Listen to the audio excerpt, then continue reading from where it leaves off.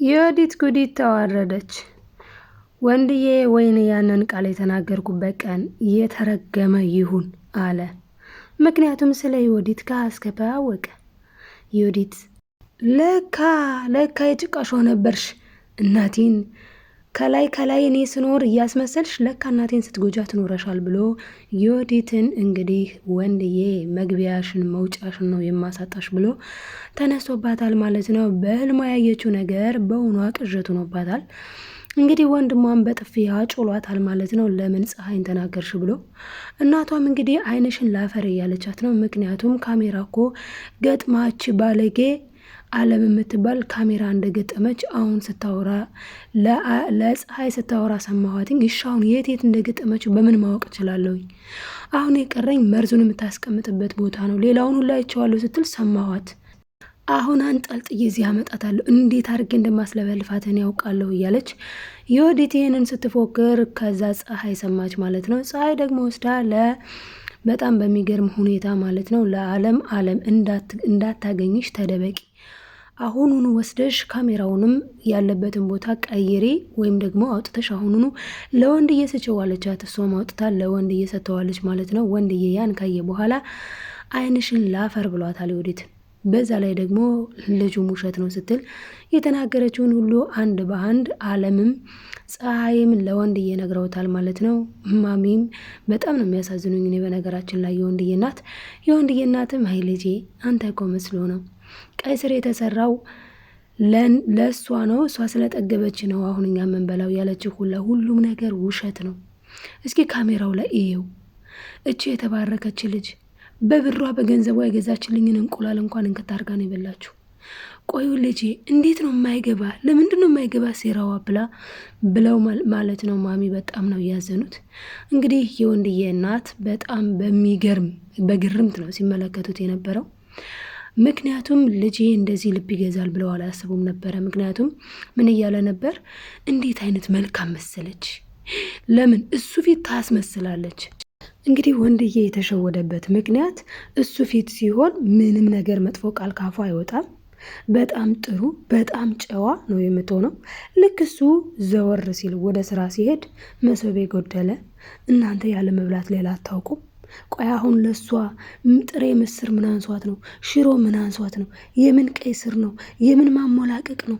በእኔ ቤት ለሷ ብለሽ ቀይ ስሩን ሰርተሽ ከዛ እሷ ትንሽ በልታ አልበላም ስትል እሱ ምግብ ቀምሶ የማያውቅ የሚመስል ሆድሽ እስኪተረተር መሶቤን ልታራግፉ ነው አደል? ሁለታችሁ ተባብራችሁ ዘምታችኋል አደለ? እያለች እንግዲህ ጠዋት ማታ እንዳይበሉ እንዳይጠጡ አፒታይታቸውን የዘጋች ናት ማለት ነው። ሊበሉ እንኳን ተበድራ ልጅቷ የገዛችውን እንቁላል ለምን ገዛችሁ ብላ ይሁን ከታርጋ በልታ ከዛ ደግሞ ተመስገን ጌታዬ ትላለች ማለት ነው። የድፍረቷ ድፍረት። ይሄንን ሁላ ጉድ የማያውቀው ወንድዬ እኔ እንደ እውነት ለመናገር እንደዚህ አይነት ልጅ በስማን በጣም ነው የሚከብደው። በእርግጥ ወንድ ልጅ አሁን የድራማ ነው። በእርግጥ ግን ይሄ ጉዷ ወጥቷል። አሁን ኦልሬዲ ጉዷ ወጥቷል። ጉዷ ዝርግፍግፍ ብሎ ወጥቷል ማለት ነው። ይቅርታ ውዶቼ ማርቼ ሰላም ሳልላችሁ ሰላማችሁ ይብዛልኝ በያላችሁበት። ላይክ ሰብስክራይብ ማድረጋችሁን አትርሱ። ለማዘዝ አይደለም ማስታወስ ያክል ነው።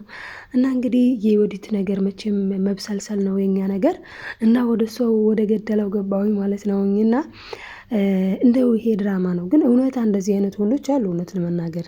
ነገር ግን አስተዋይ መሆን መልካም ነው። ወንድዬ አሁን ማስተዋል ቢያስተውል የወዲት ክፋት ግልጽ እኮ ነው። አስባችሁታል? በጎ አድራጎት አላለችም። እንደው በሀገራችን ክፉ አድራጎት የሚባል የለም እንጂ ክፉ አድራጎት የሚባል ቢኖር እኮ ቁጥር 1 ናት። ምን በጎ አድራጎት ደግሞ? እና እንግዲህ ወንድዬ ሁለተኛው የተዋረደችው በራሷ ጊዜ ነው። እንግዲህ ስራ ሄድኩኝ ብላ የበጎ አድራጎቱ ቦታ ሄድኩኝ ብላ እናቷ ቤት ሄዳለች። እናቷ ቤት ከሄደች በኋላም እንግዲህ ፀሐይ ጋ ነው ግጥሚያ የጀመረችው። ፀሐይ ጋ እንግዲህ ፀሐይን ወንድሜን ምን አስነክተሽ ነው? ወንድሜንማ በገላሽ አባብለሽ ነው።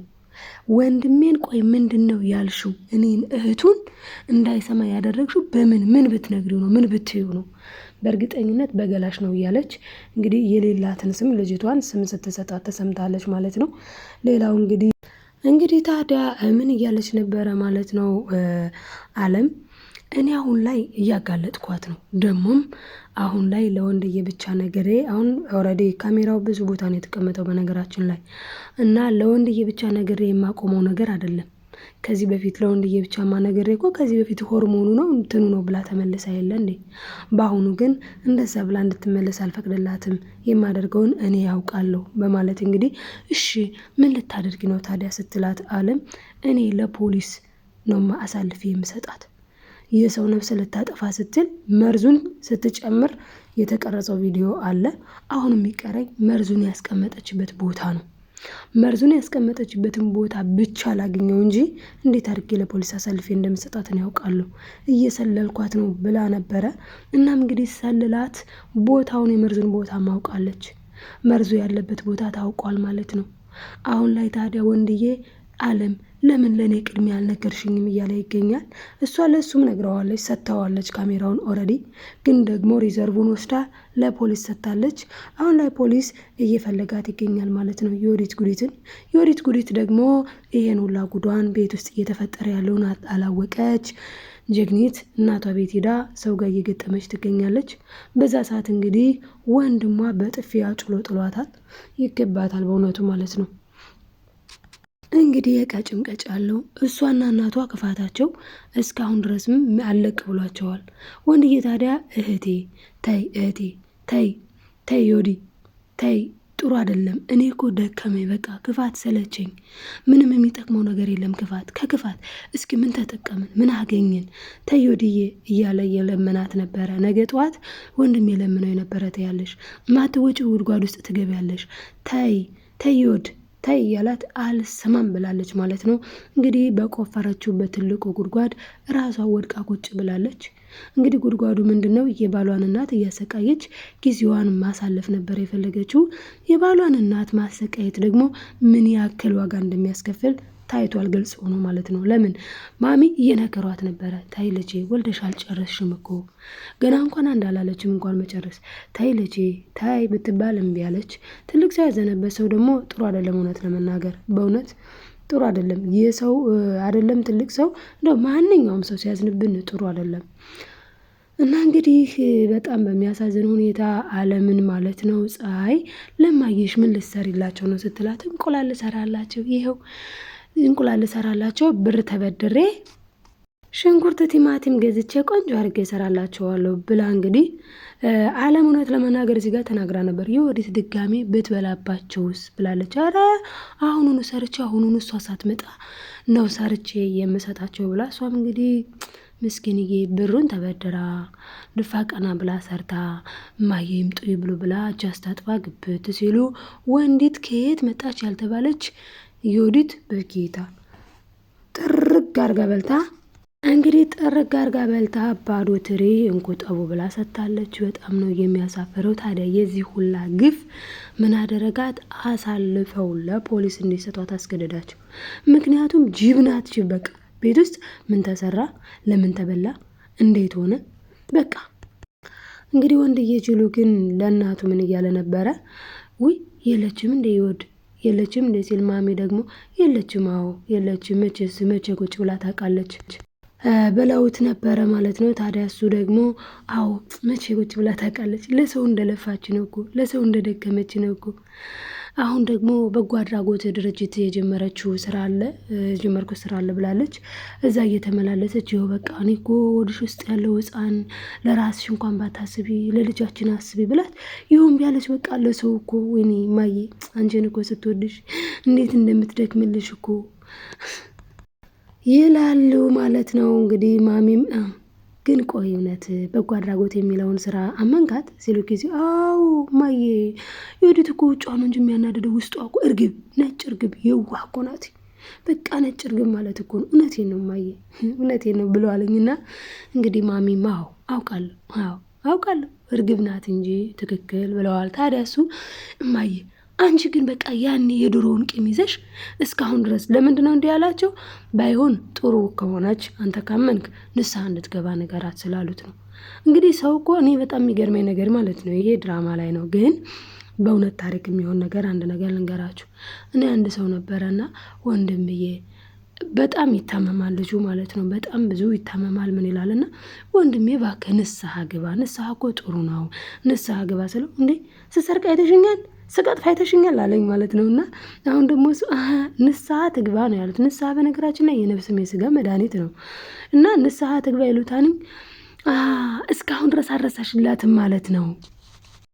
እና ምን አይነት የዋ የተባረከች ልጅ እንደሆነች እማዬ በቃ ስለ አንቺ እኮ ነው የምታስበው። እስኪ እማዬ እንደ አንቺን ብሰማሽ ምከሪያትኝ ይላል ማለት ነው። እንደው የድፍረቱ ድፍረት እና ለልጃችን ታስብ፣ ለልጁ ታስብ፣ ቢያንስ ሆዷ ላይ ያለውን ጽንስ ታስብ እያለ ብዙ ያወራል ማለት ነው። ወንድዬ በጣም ነው ዘይገርም ነው በእውነቱ።